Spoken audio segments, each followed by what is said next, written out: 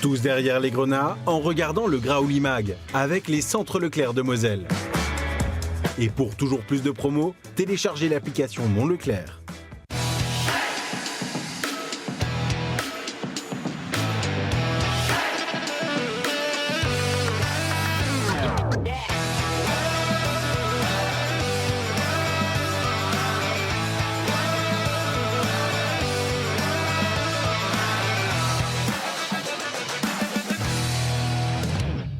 Le compte à rebours final s'est enclenché pour le FC Metz. Plus que 10 rencontres, mais pour quel résultat ? Mais surtout, en comptant sur quel joueur ? C'est le débat du jour. Nouveau rendez-vous des extrêmes pour les Grenats en rendez-vous sur la pelouse d'un RC Lens qui reprend son souffle avant le sprint final, avant match.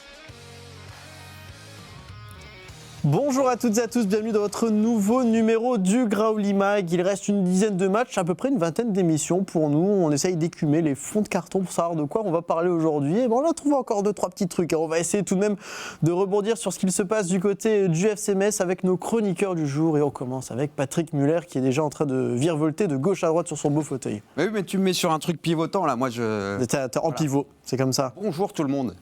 Et messieurs, bonjour aussi. À tes côtés, celui, je ne veux même pas le dire. Je ne vais pas le dire, il le fera tout seul. Franck Signorino est avec nous. Bonjour à tous, et pour une fois que j'arrive à l'heure. Ouais. Sébastien, alors qu'on l'appelle dans le métier. Rémi Alézine qui est venu le premier aujourd'hui, on va le mettre en avant. Tu es arrivé le premier aujourd'hui, Rémi. Salut à tous, quand il n'y a pas de match à débriefer de la veille, je viens à l'heure. À l'heure et avec le sourire. Ouais, voilà. Et profitez-en, ça va peut-être pas durer toute l'émission. On va commencer justement avec la première partie, c'est l'heure de notre débat du jour.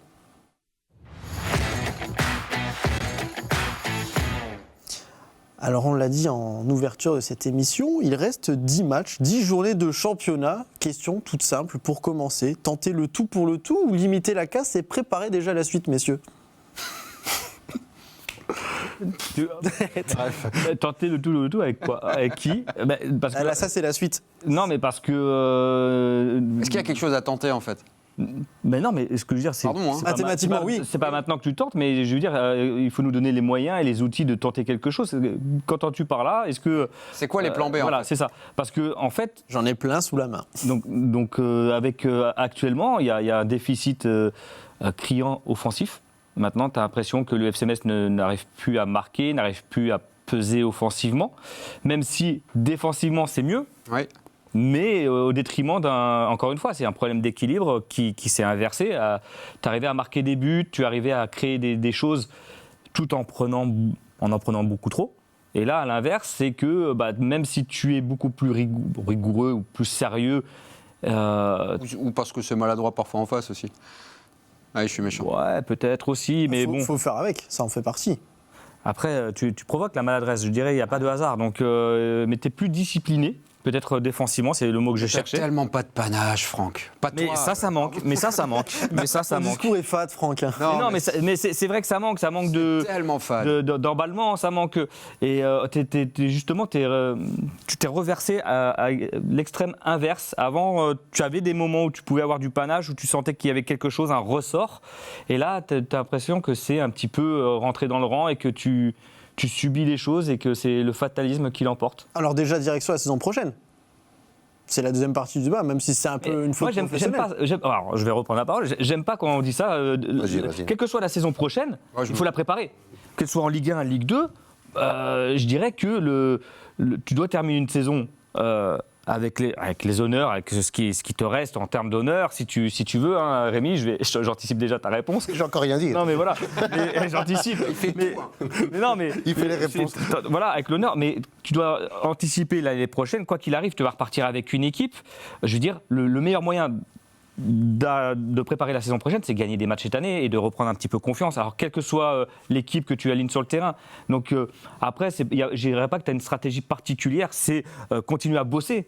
C'est bête, mais tu continues à bosser, tu essayes de modifier des choses pour enfin accrocher cette victoire qui sera prolifique soit pour un éventuel barrage, même si personne n'y croit maintenant. Et pourtant, c'est pas si loin. Dans l'absolu. Ou pour réentamer avec une base pour l'année prochaine en Ligue 2. C'est tout. Tu parlais de composition, je vais vous en présenter une. Alors, c'est une composition qu'on a peut-être déjà vue cette saison. On va commencer avec Fischer au but, une défense Colin Yegbe, Gbama Kwao. Au milieu de terrain, Alpha Touré, Boubacar Traoré, Jessie Demagué. Devant Götze, Habib Diallo et Tsitaishvili. Voici le 11 de départ des joueurs qui ont le plus joué avec le FC Metz cette saison, ceux qui ont le plus de temps de jeu. Est-ce qu'il faut se baser là-dessus ? J'ai pas l'impression, du coup, pour toi, Patrick.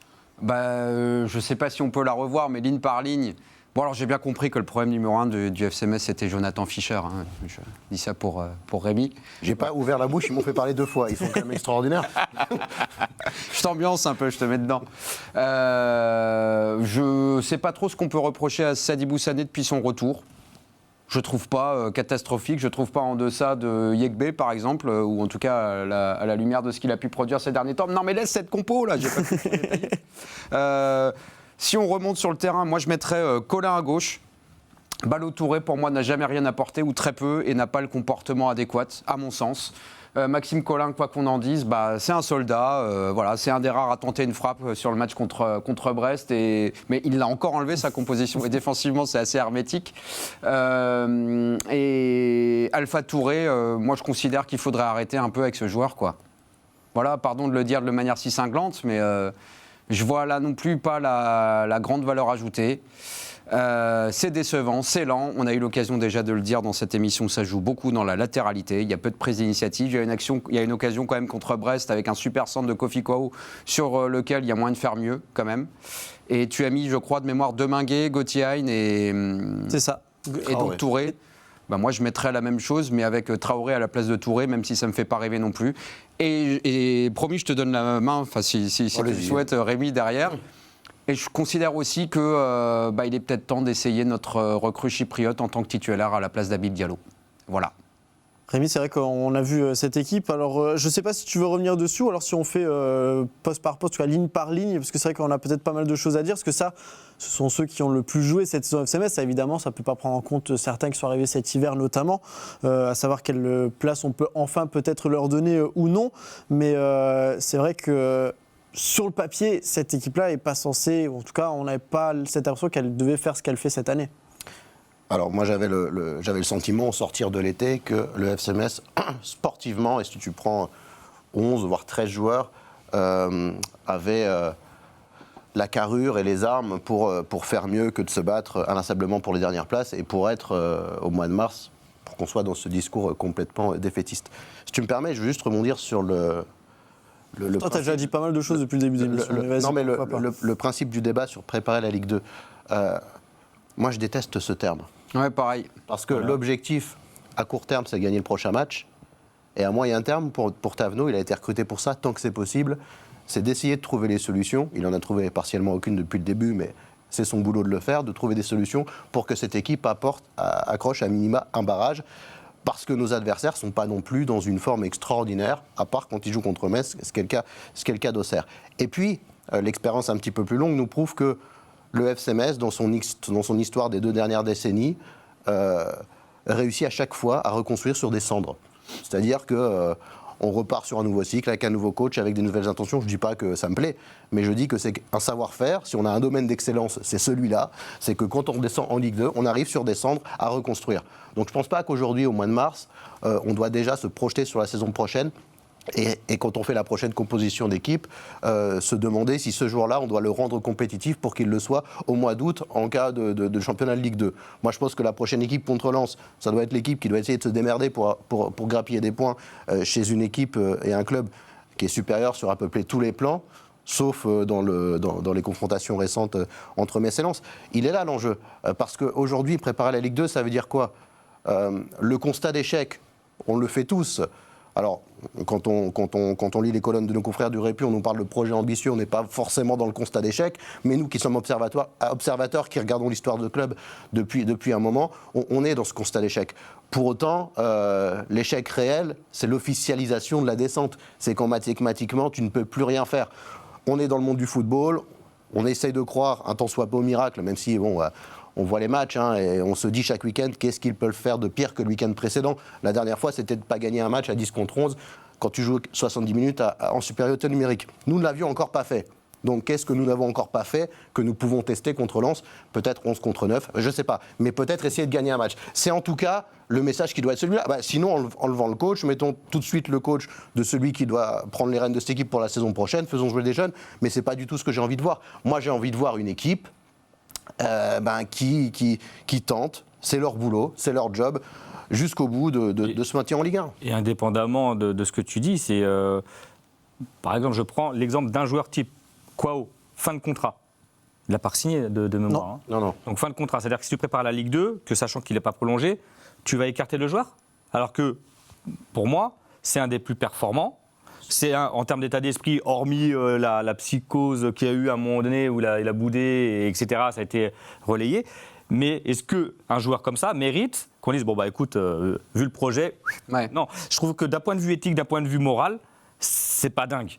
Donc non, le but, comme l'a dit Rémi, c'est d'essayer de gagner le prochain match, d'avoir une meilleure dynamique, ou moins pire, au choix. Ouais. Et c'est cette meilleure dynamique, ou la moins pire que tu auras, qui va t'aider à préparer la saison d'après, quels que soient les hommes. Parce qu'encore une fois, tu n'as pas trop de perspectives. J'ai pas l'impression qu'on puisse voir plus loin que les 10 prochains matchs par rapport aux hommes que tu vas conserver. Je prends un joueur comme le jeune Mouvango auquel on a proposé un contrat. Je n'ai pas vu qu'il avait encore toujours signé. Pas, mais il y en a plein qui sont en fin de contrat. C'est dans l'espoir de le faire parce que c'est un espoir du club, c'est un joueur formé au club, etc. Donc il y a beaucoup d'incertitudes parmi tel joueur, parmi aussi l'entraîneur, pour dire, voilà, on se projette sur le projet Ligue 2. Non. Très bien, donc j'ai réussi à vous emmener là où je voulais. Ça, c'est déjà une bonne chose. Donc déjà, on ne va pas parler de Ligue 2, non, parce qu'il y a quand même un négativisme sur le plan comptable qu'on peut comprendre, mais voilà, mathématiquement, c'est encore faisable. Donc on va essayer de regarder sur qui on doit compter pour relancer peut-être cette dynamique. On va faire ligne par ligne. C'est vrai qu'on a commencé à parler des gardiens de but. Que peut faire Jonathan Fischer de plus, Rémi? C'est vrai qu'Angelo disait, par exemple, dans l'émission de lundi, voilà, c'est ça, aller chercher la Ah oui, non, mais je suis désolé. Arrêtez de me dire arrête. Le job d'un gardien de but dans une équipe qui est en survie, c'est de rapporter des points. Est-ce que c'est de ça? C'est pas le gardien qui va marquer l'histoire du FC Metz. Je pense qu'on est tous à peu près d'accord pour le dire. C'est une chose. Ok, soit. Mais honnêtement, sur la totalité des buts qu'on prend, sur la totalité des configurations de match, tu crois vraiment qu'il est responsable? Je ne te dis pas que c'est le problème numéro 1 du FC Metz cette saison. Je te dis simplement il y a eu un match où il a changé la donne, c'est le match contre Lille où il a rapporté 1 point en club. Sinon, c'est pas de sa faute. S'il vient d'un championnat dont on ne connaît pas la compétitivité, pourquoi on focalise sur lui parce qu'on pose la question et qu'on le met titulaire d'une équipe qui est censée faire la survie en Ligue 1. Voilà. Moi, ce gamin-là, j'ai absolument rien contre lui. Simplement, je constate, et ce qui nous a fait changer ou gagner des matchs cette saison, comme l'a fait Oukidja, sur lequel on jetait des cailloux dès qu'il faisait la moindre erreur ou la moindre dinguerie. Non, il ne l'a pas fait. Alors, c'est pas forcément de sa faute, il n'a jamais été aidé par ses défenseurs. Il n'y a pas d'énormes boulettes qui occasionnent des défaites.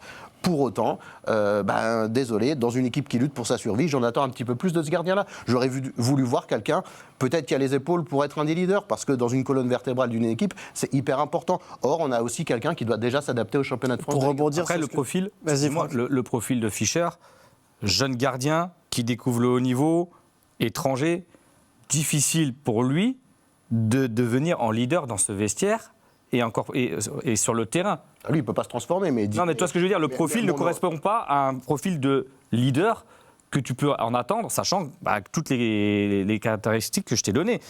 Jeune joueur qui découvre... il était instituteur. Non, il n'était pas prof ou instituteur. Mais rien que ça. Après, c'est une belle histoire, non, il n'y a pas de problème. L'un n'empêche pas l'autre. Sauf qu'on va descendre en Ligue 2 avec lui. Sauf que l'histoire est formidable. Sauf qu'il aurait pu être leader. Mais encore une fois, il n'avait pas une grande expérience. Il n'a pas été cherché pour ça. Je pense que c'est un joueur en devenir, en construction. Maintenant, j'ai envie de te dire, si tu changes par qui? Ça, c'est la deuxième partie de mon propos. Moi, je te parle de la faute originelle, elle est de l'été dernier, quand tu as dû trouver un gardien titulaire pour enclencher cette saison. Rémi, pour rebondir sur ce que tu dis, je vais donner la parole à Nathan qui est avec nous. Ne vous inquiétez pas, je ne l'ai pas oublié. Déjà, salut Nathan. Salut Aymeric, salut les gars. On va parler de Jonathan Fischer parce que pour Rémi, il ne rapporte pas assez de points pour SS, mais en tout cas, on ne peut pas dire qu'il ne fait pas d'arrêt en Ligue 1. Jonathan Fischer a effectué 84 arrêts, soit 3,5 par match. C'est vrai, le FC Metz concède plus de tirs que les autres équipes. Toutefois, ça fait de Fischer le 5e plus gros ratio du championnat en termes d'arrêts par match. Alors le premier, vous ne devinerez pas qui c'est Papsi. Il a 4 arrêts contre Lille et c'est son seul match. Donc ça fait un ratio de 4 arrêts par match. Entre les deux, on trouve Diouf pour Nice, Hervé Kofi pour Angers et enfin Mpassi pour le Havre. C'est vrai que. Donc ça n'a aucun sens ce chiffre, pardon. Enfin, au-delà de Papsi, mais pour le reste, ce sont des joueurs qui jouent assez souvent. C'est quoi un arrêt en fait? Parce qu'il y a arrêt et arrêt alors. C'est un ballon que tu détournes ou que tu captes après une frappe. Ouais. Je pense dans les règles du foot traditionnel. Après, non, mais ça a quand même un sens parce qu'il a quand même fait énormément de matchs. Quand je vois que l'autre, un qui est cité, c'est Kofi et que c'est Hervé Kofi. Et qu'on a quand même valorisé les performances. Ce joueur qui venait de Lens, qui arrive à Angers et qui a. Alors, par contre, rapporté des points sur l'équipe. Est-ce que c'est vrai? Les arrêts faits sont à des moments importants ou à des moments critiques. Malheureusement pour Jonathan Fischer, c'est vrai qu'on a déjà vu beaucoup de matchs où il empêche son équipe de sombrer un peu plus plutôt que d'empêcher le premier but. Ouais, après, en même temps, si tu en prends 72, enfin, je sais pas combien on est, mais. Et du coup, on se pose la question, parce qu'il était blessé, on a parlé de très rapidement, alors pour le ratio, mais pas que. Papsi n'a joué qu'un match cette saison, parce qu'il est blessé depuis ce match face à Lille, justement. Il est sur le retour, il a repris le chemin de l'entraînement. Est-ce que ça veut dire qu'il faudrait changer de gardien? Mais je comprends pas cette question. Je comprends pas ce. J'essaie de regarder si Lille Paris sur qui tu veux compter pour faire justement ta prochaine. Je comprends pas la remise en cause. Mais c'est une réponse. Si c'est ta réponse, ça me va. Oui. Moi, je comprends pas la remise en. Non, parce que moi, là, on fait de l'inparing, donc on va dire que je m'acharne sur lui. Je veux pas m'acharner sur lui. Je te dis simplement qu'il rapporte pas de points. Après, Papsi m'a apporté aucune garantie non plus à ce niveau-là. Donc moi, je change pas le gardien. Enfin, je vois pas l'intérêt tout de suite de le changer. Il aurait fallu recruter quelqu'un d'autre. Voilà. Là où je suis d'accord avec Rémi, c'est que tu as investi 3 millions d'euros dans un gardien. C'est beaucoup pour un gardien. Voilà, c'est beaucoup. Ça, c'est vrai. Sachant que tu espérais, enfin, c'était un tueur en général, hein, tu espérais éventuellement, vu comment était arrivé Baudard pour remplacer Okidja et comment s'était passée la passation de pouvoir, que celui-ci prolonge, donc à titre gratuit, et que entre les deux, finalement, tu te dis que est-ce qu'il y a une réelle plus-value avec l'arrivée de Fischer sans remettre en cause ses performances. C'est là-dessus qu'on peut se poser les questions. C'est que tu avais chez toi un gardien qui paraissait vouloir rester, que tu avais été chercher au mercato, et pourquoi il n'y a pas eu. Voilà. Après, c'est peut-être aussi c'est un choix du coach. Un choix du coach. De et c'est comme ça. Après, le choix, c'est peut-être pas avéré être payant. Par contre, maintenant, remettre en question systématiquement Fischer, alors que je trouve qu'il est quand même. Un bon gardien, après pas spectaculaire, mais qui appelle à avoir le niveau du FC Metz cette saison. Évidemment, je ne vous demande pas de remettre en question tous les choix qui sont faits. Je vous dis juste peut-être que justement, si votre réponse est de garder Fischer, on peut. Je réagis aussi à ce qui se passe un petit peu partout, à ce qu'on voit dans les commentaires. Beaucoup parlent évidemment du gardien, donc j'en parle un petit peu aussi. Mais c'est vrai qu'on parle beaucoup de la défense, qui n'aide pas Jonathan Fischer.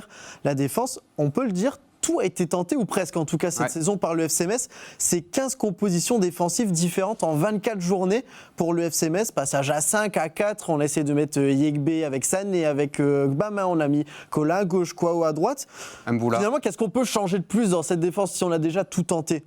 Est-ce que le problème en ce moment, il n'est pas vraiment défensif? C'est ce que tu disais tout à l'heure. Il l'est moins qu'à un moment. Notre problème, c'est que notre proposition offensive est peut-être pas inexistante, mais beaucoup trop stérile, avec beaucoup moins de poids, et je répète ce mot, avec pas assez de panache. Voilà. Moi, ce qui m'énerve dans ça, c'est que tu dis, voilà, défensivement, on prend des buts, donc c'est la défense. Oui. Non. Je veux dire, moi, en tant que latéral, seul, je ne pouvais rien faire. Ça marche avec binôme. Moi, avec mon milieu gauche devant, moi, avec mon défenseur gauche, lorsque je suis piston refermé, une ossature, coulissé, un équilibre. Je veux dire, si tu défends mal tu perds tes 3 joueurs de devant sur une seule passe, tu as déjà 3 joueurs qui servent à rien dans le système défensif et tu as un décalage qui est fait. C'est surtout ça, c'est une osmose entre les lignes aussi. Est-ce que cette défense a bien été protégée? Est-ce que tu as eu un rôle de sentinelle si tu en as mis une? Est-ce que le repli des latéraux, j'ai l'impression que Titashvili quand même le faisait assez bien, mais tu vois ce que je veux dire, c'est pas uniquement... Oui, mais dans le sens, pour rebondir peut-être sur ce que tu dis, évidemment que c'est toute l'équipe qui est remise en cause dans l'aspect défensif, mais il faut bien que tu alignes des défenseurs pour le prochain match. Oui, ça, on est d'accord. C'est un peu dans l'idée, vous qui voulez gagner le prochain match. Pourquoi pas reconduire la ligne défensive alignée contre... Tu disais que Sadibou Sané je trouve faisait pas inintéressant. une bonne année 2026. Oui. Je pense que c'est plutôt ça le propos. Oui. Acceptable, en tout cas. Jean-Philippe Bamin, maintenant à voir où est-ce que tu veux le mettre, si tu veux le mettre un cran au-dessus ou dans la défense. Les latéraux, je pense qu'il n'y a plus grand-chose à dire. À droite, c'est indéniable, de toute manière, il n'y a pas forcément quelqu'un d'autre, à part peut-être Bounassar, mais on l'a vu, il est bien mieux un cran au-dessus. À gauche, peut-être un choix Colin Ballo-Touré tout au plus, mais bon, Non, mais globalement... ce qu'il y a à voir, et ça va venir avec la première phase du débat, c'est-à-dire sans préparer la Ligue 2, c'est-à-dire que tu peux aussi identifier individuellement l'enjeu individuel de chaque joueur. C'est-à-dire quel est l'enjeu aujourd'hui d'un Ballo-Touré de performer avec Metz? Se montrer pour partir. Oui, mais il semble pas... prolonger. Il semble pas être dans une extraordinaire conscience de ce qu'il peut apporter ou pas. J'ai l'impression qu'un Maxime Collin est plus impliqué, plus appliqué lorsqu'il est aligné sur le terrain. À Sadibou Sané, tu peux aussi avoir un entretien individuel avec lui et en lui disant tu avais une excellente cote en Ligue 2, tu as d'excellentes qualités que tu as montrées beaucoup trop rarement cette saison et les dernières sorties étaient plutôt intéressantes. Ces 5 derniers mois, si tu performes avec le FC Metz, quel que soit le destin du club, ça reviendra. Tu auras l'occasion de rebondir quelque part. C'est pas préparer la Ligue 2, ça, mais c'est concerner chaque joueur par le projet que tu peux leur offrir pour la fin de la saison. Parce qu'individuellement, ils ont chacun certainement quelque chose à jouer. Et c'est aussi récompenser ceux qui sont plus impliqués. Je te parlais de Ballo-Touré. On peut parler de quelqu'un comme Gbama, qui, quel que soit son avenir, semble à chaque fois très impliqué, très sérieux à chaque fois qu'il joue avec ce maillot. Et si tu dois espérer quelque chose, tu n'as plus Stambouli pour une durée, malheureusement, qui encore un petit peu de temps. On l'a vu, la Mistori, il est de retour au travail et tout, donc on espère que ça revient le plus possible quand même. Je te parlais de colonne vertébrale avec de l'expérience. Bon, Jean-Philippe Bamin, il pourrait être quand même très intéressant de le mettre durablement dans cette équipe-là. Donc, c'est peut-être... De toute façon, il n'y a aucune certitude, en fait, j'ai envie de vous dire, à n'importe quel poste, parce qu'on peut tenser le gardien, on va tenser l'attaquant, on peut tenser qui on veut. Il n'y a aucune certitude. Il y a le niveau de médian de personne qui est peut-être Kouao, si vous voulez, qui a lâché sur aucun match. Rémi, c'est pas tellement qu'il n'y a pas de certitude, c'est que sur un certain nombre de postes, il n'y a pas vraiment d'alternative. Tu vois ce que on peut parler justement du milieu de terrain. Les défenseurs centraux, par exemple. Les défenseurs centraux, tu peux remettre Yagbe ou Mboula dans la balance. Oui, mais dans la hiérarchie, Bamin, c'est quand même un peu au-dessus des autres. Et dans la hiérarchie, tu as raison. Mais après, on peut avoir d'éternels débats sur qui on met. Mais ils ont chacun raté des matchs. Enfin, il n'y a personne qui a exonéré du fiasco de. Tu ne peux pas avoir de certitude quand tu as 17 défaites en 24 journées, c'est ça? Ouais, c'est ça. Et tu parlais justement de choix. On a ce dilemme un petit peu au milieu de terrain parce que l'année dernière, tu avais Stambouli, Demague et Han qui étaient tous blessés lors du dernier match. Alors à voir où ils en seront, notamment pour Götze et Demague. On sait que Stambouli, ça va durer encore un petit peu plus longtemps. Mais là, le dernier match, le trio, c'était Touré, Traoré, Mounongo. Est-ce qu'il n'y aurait pas une petite place à rejouer là pour Han sur cette fin de championnat quand même? On va commencer à attendre beaucoup sur justement cette volonté de se remettre dans ce projet-là et d'aller chercher quelque chose et puis de gommer ces dernières semaines peut-être. Évidemment, tu es en train de sous-entendre que peut-être il n'y aurait pas la possibilité pour Götze de revenir en tant que titulaire. Pour moi, ce serait... Pour moi, il était sous blessure jusqu'à maintenant. Donc là, pour moi, qu'il le veuille ou pas, s'il est sous blessure, il ne peut pas jouer. Mais pour moi, tu composes sans lui. Et Benoît Tano a déjà montré qu'il n'avait pas de mal à le mettre sur le banc s'il y avait besoin, d'autant qu'il n'a plus le brassard maintenant. Oui. Pour moi, aujourd'hui... Parce que ça reste quelqu'un, tu parlais de choses sur lesquelles te baser, c'est le plus décisif aujourd'hui à Metz. C'est lui qui a 4 passes décisives, quoi qu'on en dise, même si effectivement, sur les dernières semaines, pour pas dire sur les derniers mois, ça fonctionne moins.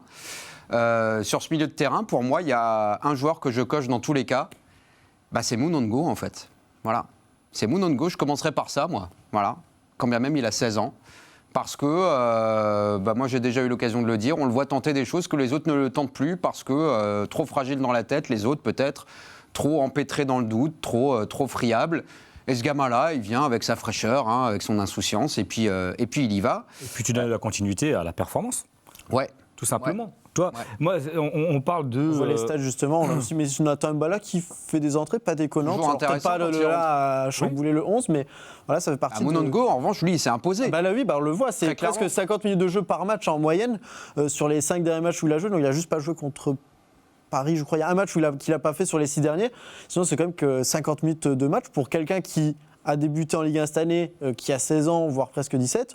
C'est quand même pas mal comme base de confiance sûr. et comme dynamique. Bien sûr. C'est bien, et puis même sans parler de minutes jouées, etc., c'est ce qui montre pendant ces 48 minutes. Et c'était hyper intéressant. Comme tu dis, il ne se cache pas, il demande le ballon, il a du volume.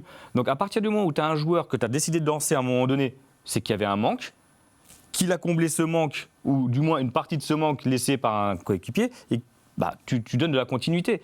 C'est pareil, tu disais des entretiens individuels pour chaque joueur, etc. Moi, je suis plutôt à la performance. Tu as été bon ou tu as été le plus performant Parce qu'en sur soi, les derniers matchs, entretiens ont c'est été toi qui déjà joues. faits avec C'est toi qui Benoît joues. Taveneux quand il est arrivé. C'est toi qui joues. Celui qui est performant ou qui donne satisfaction à son poste continue. Après, c'est là où les moins performants, écoute, tu as eu ta chance, mais tu te bases sur des choses factuelles. C'est qu'on ne t'a pas vu, tu as été moins performant, y a quelqu'un qui est derrière. Et c'est là la concurrence qu'elle doit marcher. Donc, comme je te dis, oui, Gauthier Hein, il a été blessé, il a été mis de côté. Est-ce que c'était pour piquer? Est-ce que c'était. À mon avis, c'était surtout ça. Je pense qu'il y a un peu de tout. C'est piqué, etc. Maintenant, tu vois que, mine de rien, offensivement, t'es en difficulté. Bien sûr. Que c'est lui qui avait qui a le plus les clés pour répondre à ce genre de problème, même si, il ne va pas tout résoudre d'un coup. Donc oui, tu vas le remettre à un moment donné, forcément. Rémi, un cran au-dessus, c'est vrai qu'on parlait offensivement, c'est très compliqué pour le FC Metz en ce moment. Il semblerait qu'à droite, on ait trouvé une nouvelle option avec Bounassar sur le dernier match. Alors on l'a trouvé, on l'a testé. On l'a testé. On l'a testé, voilà. C'est, Pour exemple, peut-être qu'il y a le moins décollant à droite. Mais Oui, devant, oui, par oui. contre, je me posais quand même la question devant. On parlait de l'absence d'Habib Diallo pendant la CAN qui était très préjudiciable. Depuis son retour, malheureusement, il n'a pas réussi à peser sur l'attaque. Est-ce qu'il y a quelque chose d'autre à faire selon toi, quelque chose à changer? Peut-être un peu compliqué maintenant qu'il a récupéré le brassard, mais il y a Gvitaya qui n'a jamais été titulaire jusqu'à maintenant. À gauche, Tsitaishvili manque peut-être un petit peu de quelque chose en Est-ce attaque. qu'un jour, il va être décisif, Tsitaishvili? Il l'a été. Il l'a été. Non, mais Au mois de septembre. si on se maintient aussi, c'est avec un certain niveau de technique de football. Il est plus simple de réaliser de gros matchs avec des gens qui ont montré à ce niveau-là, comme Gauthier Hein, comme Habib Diallo, comme Tsitaishvili, qui l'a montré un petit peu lors de cette demi-saison, qu'avec des gens que tu dois tester. Après, quand certains ne répondent pas aux attentes et quand des jeunes prennent leur place, on parle de Nwongo, il fait une Signorino en fait. C'est-à-dire que, Franck, quand tu arrives... Avec un peu plus de talent, quand même. Ça veut dire qu'il sera chroniqueur sur le plateau dans pas longtemps. Je vais partir, je vais me Parce lever. que quand Franck arrive dans le 11 de Gilbert Grèce, l'équipe est en passe de descendre en Division 2 et tu fais ton trou et tu alignes les bonnes performances et tu es une fraîcheur. Moi, j'avais la fraîcheur. T'es une fraîcheur dans une équipe qui subit un traumatisme, puisque depuis, elle est une équipe qui fait l'ascenseur. Et l'année d'après, on se fonde sur des jeunes comme toi pour amorcer une nouvelle dynamique. Mais par contre, on n'a pas fait. On n'a pas préparé la Ligue 2 en te mettant titulaire. C'est ça que je veux dire. C'est que si la Ligue 2 doit être préparée parce qu'aujourd'hui, Mounongo émerge, tant mieux. Mais on ne doit pas le faire dans cette perspective. Et c'est pour ça que je prenais ton exemple. Parce qu'on te met là, je crois que c'est Philippe Gaillot qui est blessé, et tu prends cette place-là, et tes performances sont bonnes, donc il n'y a aucune raison qu'on t'enlève. C'est un petit peu le destin qu'on peut voir à Mounongo. De toute façon, le football, c'est ça. aujourd'hui. À un moment, Le il a football, c'est ça. la possibilité de se Après, montrer. Franck, il y va, et tu le bouges plus parce qu'en fait, il fait le taf, quoi, et qu'il est performant. Et par contre, Mounongo, sur le plan de l'attaque, on est obligé de bousculer les choses quand rien ne fonctionne. Je veux dire que le match contre Brest, il est quand même symptomatique. Tu es à 10 contre 11, tu ne proposes rien, tu n'es jamais dangereux. Et Diallo, qui peut avoir potentiellement des balles de but, alors soit être trop discret, soit lorsqu'il les a, ça ne fonctionne pas.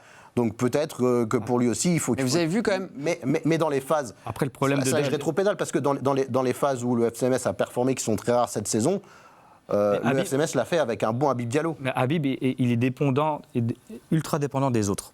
C'est pas un attaquant qui va te faire la différence individuellement. Il est ultra dépendant, je dirais, de Gauthier Hein. Oui. Parce que Gauthier Hein était le liant avec le milieu de terrain, était celui qui tournait autour, il se servait de ce mouvement. Là, Habib est seul devant. Alors, parfois, il peut contrôler un ballon, mais finalement, il fait quoi avec ? Les buts qu'il a marqués contre Lyon, c'est des centres qui arrivaient quand ça jouait un peu plus haut. Et que lui, c'est un finisseur.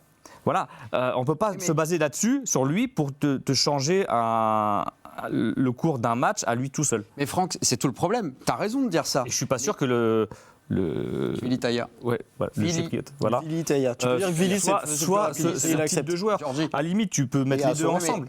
Mais Franck, tu vois, ton analyse est juste. Il est ultra dépendant de ce qui se passe autour de lui et de l'animation. On est d'accord. Mais on attend de lui quoi ? Qu'il soit clinique. Or, avant ce but de Ludovic Ajorc, il y a une situation où tu as une déviation de Gvilitaya, premier poteau, il est seul. Et il n'arrive pas à se mâcher sa tête, il n'arrive pas à être dans l'efficacité qu'on attend de lui. Alors si un mec qui ne s'amène pas le danger lui-même, on va dire, pour caricaturer, qui est dépendant des autres, n'est pas performant sur sa qualité première, ça va être difficile d'exister pour lui et pour tout le compartiment offensif du FC Metz. Vous ne trouvez pas que Diallo, en ce moment, il est en échec ? On est clairement d'accord. Oui, on est d'accord. Clairement d'accord. Clairement, pourquoi on ne tente pas que Gvilitaya, qui est quand même recruté, dit-on, pour être... Finalement, ça ne fait pas beaucoup de minutes de jeu pour les recrues hivernales. C'est Pour vrai. faire une toute petite parenthèse. Parce que Il y a une Bounassar, titularisation a mis pour longtemps à Bounassar, enfin venir. Ouais. Ouais, encore, il a mis longtemps à venir quand même. Michel a été Michel a été tenté, mais titulaire jeté deux un fois, peu je crois. dans le bain de manière précoce. Et Gvilitaya fait que des entrées en jeu. Mais tu disais tout à l'heure, il est porteur du brassard, c'est pas ça qui doit le protéger, Habib Diallo. Non, mais bon. C'est son niveau de performance, point. Même s'il a un statut, même si c'est un peu une légende au FC Metz, même s'il y a une histoire évidemment Bon, particulière. légende, on va tempérer le truc quand même. Comment ? Légende, on va tempérer un peu le... Peut-être pas légende, joueur marquant de joueur l'histoire marquant, ouais. contemporaine du FC Metz. Ça te va, ça ? Je préfère. C'est mieux ? Bon. Merci. Non, parles moi de je qui, serais... là Comment ? Tu parlais de qui ? J'ai lâché. De Habib toi, Franck. Signorino. Ah, mais parce que moi je pense qu'il a plus marqué Strasbourg que Metz, par exemple, toi. Ouais. Parce que Habib, il a eu. Là-dessus, on passe à la suite. Et ouais, excuse-moi, parce que Habib, pour avoir joué avec lui, il a quand même essuyé 2 prêts avant de revenir. Alors, il a fait une excellente saison, il n'y a aucun souci. Oui. Puis après, il y a eu le Covid, de mémoire, qui a coupé la saison, et il est parti enfin à Strasbourg. Il a ce niveau à Strasbourg parce qu'il avait juste avant l'ampleur prise à Metz. Voilà, donc c'est quand même Oui, à Metz mais que ça bascule. pour lui. comme fait marquant, toi, par exemple, c'est pour ça que je te dis que oui, je rejoins un petit peu, tu peux pas mettre légende parce que... Le mot est trop fort. Même Ok. il a marqué ça une année et demie, effectivement. Messieurs, on a fait un petit peu un bilan. J'ai eu du mal à vous tirer là-dedans, mais finalement, vous êtes un petit peu lâchés sur tout ça. Alors, On va il va reparler du falloir gardien. le faire au mérite. Ah non, mais On va pas- je voulais dire un... Ouais, mais Non, on aura le temps désolé, encore j'ai de... pas le temps. Je n'ai plus le temps. Il va falloir que je passe à la suite, malheureusement, parce que oui, il y a un match ce week-end et qu'on le veuille ou non, il va falloir qu'on en parle. Là, c'est tout de suite le journal de la Ligue 1. Et oui, parce que ce week-end, le FC Metz se déplace sur la pelouse du RC Lens, adversaire pas facile à négocier. Ils sont, on va regarder tout de suite leurs statistiques, deuxième du championnat avec 53 points, c'est 17 victoires, 2 nuls, 5 défaites, 45 buts marqués, 21 buts encaissés. Le meilleur buteur, c'est Wesley Saïd avec 10 réalisations. Le meilleur passeur, Adrien Thomasson. Très rapidement, alors cette équipe, on va en parler, c'est vrai qu'en ce moment, peut-être un léger coup de mou au niveau des résultats, un nul, une défaite, bon, pas face à n'importe qui, Strasbourg et Monaco, quand bien même. Est-ce que vous pensez que la Coupe de France est dans... Enfin, que la Coupe de France, déjà ce soir, et aussi le titre, et les trophées sont dans toutes les têtes côté RC Lens ? Est-ce que c'est leur moment, en fait, de s'enflammer pour eux ? Eux, je ne suis pas persuadé qu'ils pensent au titre. Enfin si, évidemment. Mais je ne suis pas persuadé que ce soit une obsession. Voilà. C'est vrai qu'on leur a très vite collé l'étiquette avec le résultat Moi, de je pense qu'ils concurrent y du croient Paris dur comme Saint-Germain. fer, Non, justement. je ne pense pas. Moi, je crois qu'ils y croient dur comme fer, justement. Non. Mais bon, bref, Ouais. c'est un sentiment Libre à perso. toi. Mais c'est le match de Coupe de France qui peut peut-être conditionner l'approche de ce match-là. Qui joue ce soir le RC Lens contre À Lyon. l'Olympique Lyonnais, sur la pelouse de l'Olympique Lyonnais, juste dans ce match contre le FC Metz. C'est vrai que c'est un enchaînement avec, on l'a dit, des conséquences. Il y a une demi-finale à jouer et on voit le tableau des demi-finales. Pour le moment, Strasbourg est passé, tout comme Nice et Toulouse. Il reste une C'est place hyper pour ouvert, hein. Lyon et Dernier pour carré, Lyon, ouais. et vu qu'il n'y a pas le Paris Saint-Germain notamment. C'est vrai que c'est très ouvert, donc il y a un objectif trophée à aller chercher, Franck. Donc évidemment, peut-être qu'il peut avoir un petit peu ailleurs. Indépendamment de ça, quand tu es à ce niveau-là de la compétition, tu ne te poses pas de questions. Toi, qui est d'autres clubs de Ligue 1 ou ce qui se passe à côté, tu t'en fiches un petit peu. Donc là, tu vas à Lyon, c'est pour remporter la mise et après, tu as la recherche du titre. Donc c'est pas comme si ce Lyon-Lens était un 16e ou un 32e de finale, etc. Là, tu es vraiment dans les derniers quarts. Comme tu dis, tout est ouvert et ça te permet de rêver. Et je pense que le RC Lens ne peut pas se permettre de passer à côté de ce genre de match, tout simplement, sachant qu'en plus, et là, c'est pas dévaloriser le FC Metz, tu reçois le match suivant, la Lanterne Rouge qui n'a pas gagné. En plus, le ressort mental, c'est dire, oh les gars, on va pas refaire une match aller. Ah oui. Donc on va pas les prendre de haut, c'est pas des pitres non plus, tu vois ce que je veux dire. Donc il y a beaucoup de ressorts psychologiques à mettre en place, ils peuvent se permettre de jouer les deux. Sans parler de raison ou d'espoir ou quoi que ce soit, tu parles de ressorts psychologiques. Est-ce que dans une course au titre où t'as quasi pas le droit à l'erreur face au Paris Saint-Germain, on le voit d'ailleurs, ils étaient devant, ils ont 4 points de retard. Est-ce que ce petit coup de mou, justement, ça peut avoir une incidence de dire ah zut, on s'est peut-être raté là parce que on a bien déjà de prendre 4 points de retard et on n'avait pas le droit à l'erreur et malheureusement on a fauté. Non, parce que le Paris Saint-Germain a montré qu'il n'était pas serein. Que ce Paris Saint-Germain-là actuellement prend des buts, que se fait peur, que il peut faire pas tout le monde. N'écrase pas tout le monde, peut faire des faux pas à tout moment et surtout, tu vas avoir un Lens Paris Saint-Germain. Donc le but, c'est de rester collé. Alors, 3 points, 4 points, 2 points, peu importe, pour justement aborder cette finale. Parce que eux, à mon avis, ils l'ont déjà coché, cette confrontation. Et le but, c'est de rester le plus près possible. Rémi, on t'en avait déjà parlé un petit peu dans la partie précédente et ça explique le titre qu'il y a au-dessus de moi. Coïncidence, le FC Metz s'est imposé au match aller face au Racing Club de Lens. Pire encore, le FC Metz reste sur 3 victoires consécutives en Ligue 1 face au Racing Club de Lens. Ils avaient gagné 1-0 il y a 2 ans, but de Joël Assoro notamment. Ouais, ils avaient gagné au match retour ici au Stade Saint-Symphorien. Ils ont gagné au match aller. Il y a une petite notion de bête noire quand même. Alors, je pense que ça peut nous desservir. Comme l'a dit Franck, je pense que Lens, qui est dans soit une quête de titre, soit une quête de Ligue des Champions, ne peut pas se permettre de perdre 2 fois contre une équipe qui ne bat absolument personne. Et l'autre chose, c'est qu'on parle de la mauvaise passe supposée du RC Lens. Il y a une défaite qui est très spectaculaire contre Monaco. Je pense que là, ils peuvent nourrir beaucoup de regrets puisqu'ils gagnent 2-0. Oui, mais le match 2-0. nul contre Strasbourg, j'ai eu la chance de voir ce match. On jouait sur un autre 25 rythme. tirs pour Lens. On jouait sur un autre rythme que le Metz-Brest. Et je vous garantis que cette équipe-là, cette équipe-là contre Metz, elle n'aurait pas fait un match nul. Donc c'est une équipe qui, forcément, fait peur. Et dans une dynamique, même s'il y a ces 2 derniers matchs, qui est une dynamique ultra positive à l'heure d'accueillir le dernier de Ligue 1. Donc peut-être que le fait d'avoir bousculé cette équipe au match aller, alors que la situation pour Metz était déjà une situation de crise. C'était les 9 matchs ou 10 matchs sans victoire, sortis de la défaite à Lille. Les 4-0 contre Toulouse, la raclée, c'était 6 contre Lille. On ne voyait absolument pas à cette époque cette équipe capable de battre le RC Lens. Donc, ce qu'on peut se dire à Metz, c'est que le copier-coller est possible. Bon, il va être compliqué à assurer, mais c'est en tout cas le levier. C'est vrai que sur ce match-là, on a quand même senti aussi un Racing Club de Lens qui était en dessous de mais ce qu'il pouvait être. Voilà, mais comme l'a dit Franck, je suppose que dans le vestiaire du RC Lens, ça va être interdit de perdre 2 fois contre une équipe comme Metz. Voilà. Surtout s'il y a mauvaise surprise, je le répète, à l'occasion de ce quart de finale. J'ai envie de dire peu importe. Parce que là, il y a perspective. Si, parce qu'il n'y a pas le plan B de la Coupe de France. Oui, le plan B de la Coupe de France ne t'offre pas la perspective d'un titre, même s'il y a 4 points aujourd'hui que le fossé est cru, et la perspective de la Ligue des Champions. Parce qu'il ne faut pas oublier qu'il y a aussi d'autres clubs derrière qui pourraient potentiellement passer devant Lens. Et non, mais je pense aussi, pour rejoindre ce que dit Patrick, là aujourd'hui, tu as quand même un boulevard pour avoir un titre, ce qui n'est pas donné en Ligue 1 en ce moment, ou du moins dans le championnat de France cette saison, entre le Paris Saint-Germain qui gagne quasi tout. C'est vrai que là, tu as quand même une aubaine de pouvoir aller titiller Paris pour le titre, mais surtout d'aller pouvoir chercher une Coupe de France. Alors moi, je vous dis que quel que soit le résultat de Lens et Lyon, je ne serais pas plus ou moins confiant pour le match Lens-Metz.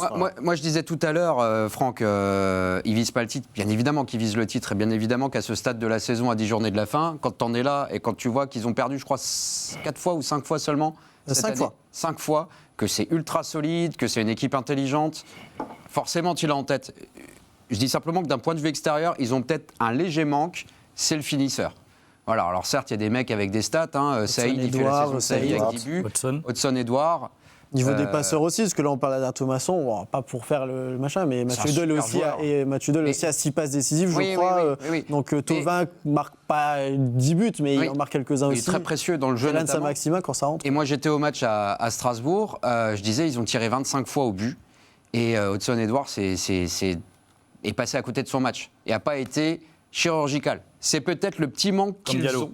Comment ? Comme Diallo actuellement, c'est ça. Voilà, c'est peut-être le petit manque qu'ils ont qui fait qu'il y a le petit argument en moins par rapport au PSG. Mais en dehors de ça, je me rappelle de cette formule célèbre maintenant de Stéphane Le Mignan. Si tu ne respectes pas le football, il te tabasse. Mais quand tu travailles bien, tu es récompensé. C'est vraiment la saison de Lens qui fonctionne comme ça parce qu'il y a des grognards, il y a des... Tous les 4 ans, le PSG, il perd le titre. Hein. Ça est arrivé contre Monaco, ça est arrivé contre Lille, toi. Et là, tu es dans la 4e année. En tout cas, donc, mais si ça devait arriver, ce serait vraiment ultra mérité pour Lens parce que ça bosse bien, parce que franchement, il y a un super équilibre dans cette équipe avec Wesley Saïd, personne n'en parle. Le mec est à 10 buts, il fait la saison de sa vie.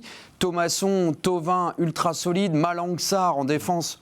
Robin Risser aux portes de l'équipe de France. Juste un bémol par rapport à cette équipe de Lens, même si on a affaire à des joueurs quand même qui sont assez posés, matures et intelligents, c'est que Wesley Saïd, fin de contrat. Ouais. Thomasson, fin de contrat. Donc, on a dit qu'on ne se projetait pas aujourd'hui. Non, mais comme tu dis, hein, la meilleure façon de se vendre, en plus en étant en fin de contrat, c'est d'être performant. Hein. C'est pour ça que je dis qu'on a affaire à des joueurs intelligents, mais parfois, ça peut... quand les gens commencent à trembler parce que tu dis il ne faut pas que je me blesse, je suis en fin de contrat, etc. Oui.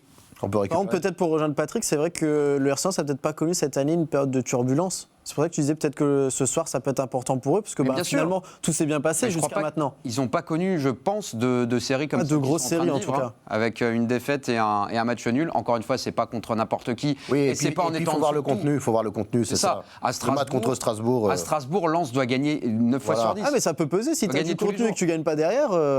Il y a une équipe qui fait ça en ce moment et qui est dans notre Oui, mais championnat, c'est Auxerre, qui peut être performant et faire des bons résultats, qui derrière juste manque de réalisme, et derrière, ils sont 16e et ils sont un peu comme ça, quoi. Ouais, mais c'est en ce sens que je trouve que l'approche de Pierre Sage est intelligente, puisqu'il a dit après le match, et je pense que c'est sincère, je ne vais pas faire une maladie par rapport à ce résultat en tant que tel. Voilà. Moi, ce que je retiens, c'est notre réaction après cette déception face à Monaco, et c'est au contenu produit. Et il a complètement raison. En fait, c'est à ça que tu dois te rattacher. Et la performance et le résultat vont revenir. Parce que franchement, cette équipe, elle a beaucoup, beaucoup de qualité et beaucoup de talent. Et en soi, faire un match nul à Strasbourg, c'est pas une mauvaise chose. C'est pas non plus. en plus, ça, c'est un bon résultat. Cette équipe de Strasbourg vient d'en planter 3 contre Lyon. Énorme. Donc, tu vois, C'est comme Monaco, dans une période où Monaco a fait douter le PSG en Ligue des Champions. Voilà, on n'est pas face au Monaco qui a failli, contre lequel avait fait une bonne première demi-heure le FC Metz avant de s'écrouler complètement au match aller. On était face à un Monaco contre Lens, et qui était vaillant et qui l'a prouvé en Ligue des Champions en bousculant quand même le Paris Saint-Germain. Je vous ai parlé de la JOCR, évidemment, ils joueront aussi ce week-end. On va regarder le programme si vous le voulez bien. Ça commencera d'ailleurs avec un Paris Saint-Germain-Monaco ce vendredi en ouverture de la journée. Nantes-Angers, Auxerre-Strasbourg pour ce samedi. Il faudra garder un œil dessus évidemment avant Toulouse-Marseille. Dimanche, Lens-Metz à 15h. Brest-Le Havre, Lille-Lorient et Nice-Rennes dans le multiplex. On terminera avec un Lyon-Paris FC. Au classement, on l'a déjà vu ce lundi, il n'a pas bougé depuis, mais néanmoins, vous voyez déjà où je veux en venir très rapidement avant de passer à la dernière partie de cette émission. Il y a le tableau, certes, mais il y a celui qui nous intéresse, le bas de tableau. Je vous le disais, Auxerre et Nantes sont désormais les concurrents directs du FC Lens pour tenter d'accrocher les barrages. On l'a vu, les deux affiches face à, alors que je ne me trompe pas, face à Angers et Strasbourg.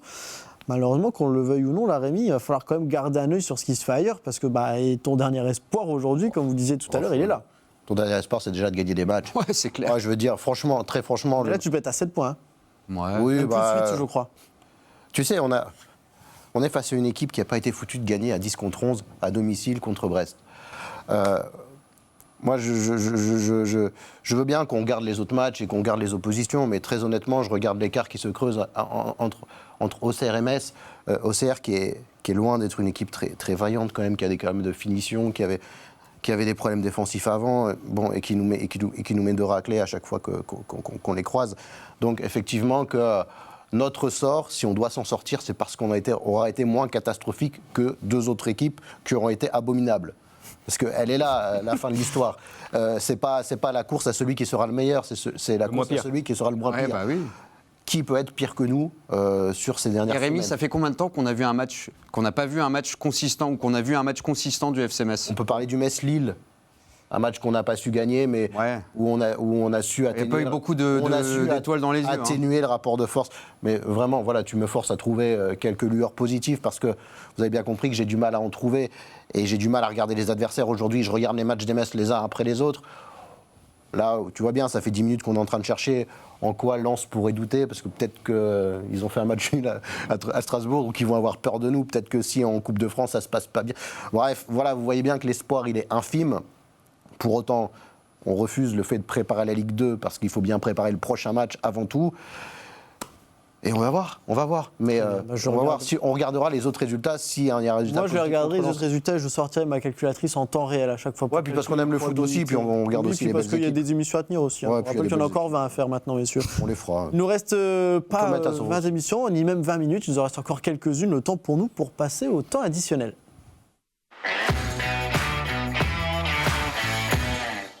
Un retour très rapide dans ce temps additionnel sur les féminines du FC Metz. Il y a quelques mois maintenant, c'était en début de saison. Si je pouvais donner 26 brassards, je donnerais 26 brassards. Ce que Marine Morel nous avait dit au moment de choisir sa capitaine pour cette nouvelle saison. On a décidé avec Adeline Janela le retour de sa chronique pour aller à la rencontre de ces joueuses et dresser leur portrait pour savoir quel brassard on pourrait leur donner. Il faut en trouver 26 maintenant. Premier épisode avec Anaïs Lambert. Salut Anaïs, merci d'être là avec nous aujourd'hui. Salut. Salut. Donc l'idée aujourd'hui, c'est tout simplement d'apprendre un petit peu mieux à te connaître. Donc je vais te poser quelques questions très rapides et l'idée c'est que tu puisses te dévoiler. Est-ce que ça te convient? Allez, c'est parti. Si tu devais nous parler de tes qualités, qu'est-ce que tu dirais? Je suis persévérante, dynamique et solaire. Tes défauts? Je suis peut-être des fois trop perfectionniste. Est-ce que tu as une qualité que tu aimerais piquer chez l'une de tes coéquipières? Travailleuse, chez tout le monde. Ça fait pas de mal. Tes rituels d'avant-match? Reconnaissance terrain, je visualise des actions de match en fonction de mon positionnement sur le terrain. Musique et exercice de respiration avec visualisation de vidéos de certaines de mes actions. Alors effectivement, tu parles de musique. Est-ce que tu as un son particulier que tu mettrais dans le vestiaire en tant que capitaine? Je mettrais bien Invincible de Pop Smoke. Je connais pas. le film que tu mettrais lors d'une soirée chill, peut-être? Quid. Je me suis battu toute ma vie. J'ai jamais eu le choix. J'aime bien. Et puis si on est avec toute l'équipe, ça peut donner des idées. Le plat que tu cuisinerais? Une crêpe partie, c'est convivial. Et c'est simple à faire. Et c'est simple à faire. L'animation ou le jeu que tu impulserais en déplacement juste avant un match? Alors juste avant un match, peut-être un Time's Up pour la réactivité, je sais pas. Mais sinon, au cours du déplacement, peut-être un Secret Story, comme ça on en sait encore plus sur chacune d'entre nous. Est-ce que tu as un joueur ou une joueuse qui ont pu t'inspirer pendant ton parcours? Marcelo. Après le foot, tu te projettes dans quel domaine? Dans le professorat de PS. Pourquoi aujourd'hui Marine devrait te choisir en tant que capitaine? Pour mon leadership naturel. Et si tu étais capitaine, qu'est-ce que tu mettrais en place immédiatement pour la vie du groupe? Pour la bonne humeur, une Ola pour souligner et féliciter l'arrivée des retours de blessures, ou alors des buteuses du week-end lors des victoires. Est-ce que tu as une question que tu aimerais qu'on pose à l'une de tes coéquipières? Et si oui, laquelle et pour qui? Là maintenant, j'en ai toujours pas. Et si ça me revient, je lui demanderai directement alors. Est-ce que tu as une question que tu aimerais que je te pose en plus de celle que je viens de te poser? Ouais, c'était complet. Ok, merci. Ou handball. Prochain match des féminines, ce sera le dimanche 15 mars prochain. Pas de match ce week-end, ce sera contre Toulouse. D'ailleurs, au programme de ce week-end, on pourra retrouver la Nationale 3 avec la réception de l'US Pays de Cassel par le FC Metz, en espérant un nouveau rebond pour les hommes d'Abasba. Il y a aussi une autre équipe du FC Metz dont on peut parler un petit peu avec Franck, même s'il n'a pas joué le dernier match, le retour des vétérans qui ont gagné leur première journée. Attention, alors c'est du foot loisir certes, mais que dans le nom. Ouais, et puis moi je joue que les gros matchs. Donc, Tu choisis les matchs, toi. Non, et c'est vrai qu'on entame la deuxième partie de saison avec les vétérans, on est dans la phase haute. Dimanche matin, si vous voulez venir nous voir jouer à la Nation Messine, à 10h contre Novéan, grosse équipe. Ok. Donc avec le plaisir d'accueillir les spectateurs. Et on verra du panache. Du panache, je sais pas. Bon, mais, Il en a plus envie d'en beaucoup. avoir. hein. voilà, Il en a plus on beaucoup, essaye de hein, jouer ouais. au football, on essaye de faire tourner le ballon. Après, le panache, c'est. On Déjà, verra qui- après, peut-être. déjà qui va en retard aux émissions, Ouais. ça au coup d'envoi déjà. Du moment que je suis pas en retard sur le terrain. Bah, et je te Ouais. le souhaite. En tout cas, un petit mot comme sur cette équipe des vétérans, c'est vrai qu'on retrouve pas mal de noms. Il y a de la continuité là aussi là-dedans. Oui, on essaye de mettre de la continuité et surtout un lien entre les générations passées du FCMS avec le présent. Donc des joueurs comme Sylvain Marchal, Grégory Leca, Grégory Proman, Stéphane Borbiconi, que j'en oublie certainement d'autres. Et puis que ça complète avec des joueurs qui ont joué dans la région à un bon niveau, hein, que ce soit au Luxembourg, au Villerue ou à R1. Et puis on essaye de faire quelque chose de cohérent, prendre du plaisir entre nous. Et puis parfois on fait même des matchs caritatifs pour la bonne cause. Donc voilà, c'est notre but, s'amuser tout en donnant du plaisir et en se donnant du plaisir, c'est le principal. Bah, on attend votre invitation pour un match caritatif. On n'aime pas les journalistes par contre. Donc, non. Non, mais il parle en tant que joueur. Hein. Ah non, Attention, C'est pire, un journaliste joueur, c'est pire. Toi, c'est la même partition que la lettre de. Ouais, mais il faut que tu fasses semblant. Tu sais, tu es là à commenter les matchs, donc il faut que tu fasses genre que tu saches jouer au foot, sinon t'as plus de crédibilité derrière. On pourra faire un match et vous accueillir. On vous attend, nous. C'est vous Ah, qui voilà. avez peur. Voilà, Par contre, c'est pas un five, hein, l'invitation c'est est sur le grand lancée. terrain. Ah, pas de Ah problème. oui, grand terrain, mais il n'y a pas de problème. L'invitation est lancée, on la prend. Du football et du plaisir, on espère qu'on en verra un petit peu ce week-end. Hein. On le rappelle, le FCMS qui se déplace sur la pelouse du Racing Club de Lens. Messieurs, merci de m'avoir accompagné. Malheureusement, on a déjà la fin de cette émission. On débriefera évidemment tout ce qu'il s'est passé durant le week-end dès lundi. Et puis d'ici là, à très vite sur Moselle TV.